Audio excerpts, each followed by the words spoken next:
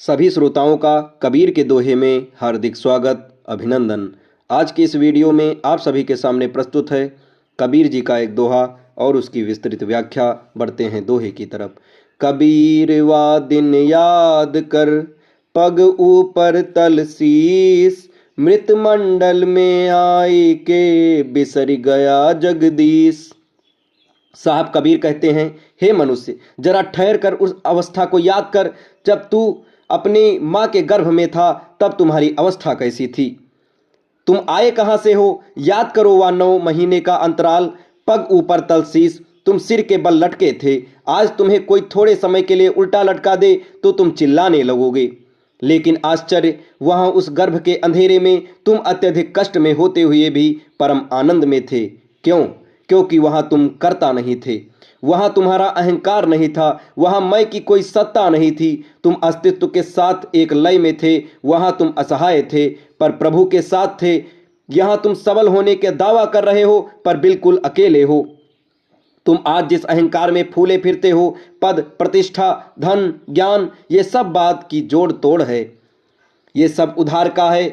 मूल स्थिति तो तुम्हारी बिल्कुल उल्टी, लाचार और निस्सहाय थी। तुम जिसे जीवन कह रहे हो, साहब कबीर उसे मृत मंडल कहते हैं। ये संसार मृत्यु का क्षेत्र है। यहाँ जो कुछ भी है वह नश्वर है।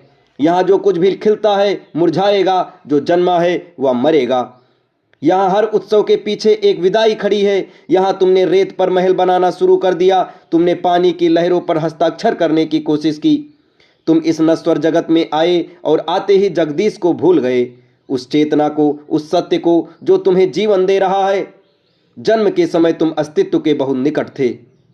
धीरे धीरे समाज ने तुम्हें नाम बना दिया, पहचान दी, तुलना दी, महत्वाकांक्षा दी और तुम भूल गए कि तुम कौन हो। साहब कबीर की पुकार है, अहंकार की चादर उतार, मूल स्थिति को याद कर। जिससे जीवन मिला है उसी की ओर लौट। प्रभु सुमिरन ही साधना है, विस्मरण ही संसार है।